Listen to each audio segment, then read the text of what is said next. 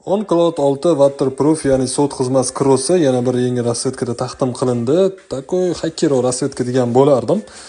Va u ilk bor albatta bizda qo'limizda obzorda va narxi 229 mi chiqdi adashmasam, plus-minus $10 raznica qilishi mumkin. Lekin menimcha bu oyoq kiyimga yoki bu oyoq kiyim olarganligi $10 naq katta raznica qilmaydi, sababi bu sentigacha arzirgan oyoq kiyimligini уже ko'rdi, testdan o'tkazdi, bildi.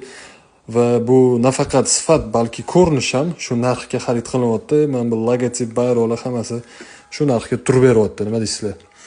Xo'p, 4 xil rasvetkasi ayni damda sotuvda bor va o'sha bitta rasvetkasi sovuq xizmat krossi. Cloud 6 ni bo'lsa, menimcha 10-15 xil rasvetkasi o'sha chiqib ketdi. Bunga qo'shimcha qo'shib berilgan bo'lishi kerak. Men ko'rmadim, lekin hozir qaraylik. Birgalikda ko'ramiz. Bor ekan, mana marhamat ko'rish mumkin. Qora rasvetkali ip chiroyli ko'rinadi va bu oddiy rezinkali emas. Bu rezinkali va suv o'tkazmas. Suv qaytaruvchi emas, balki suv o'tkazmas, ichiga suv o'tmaydi.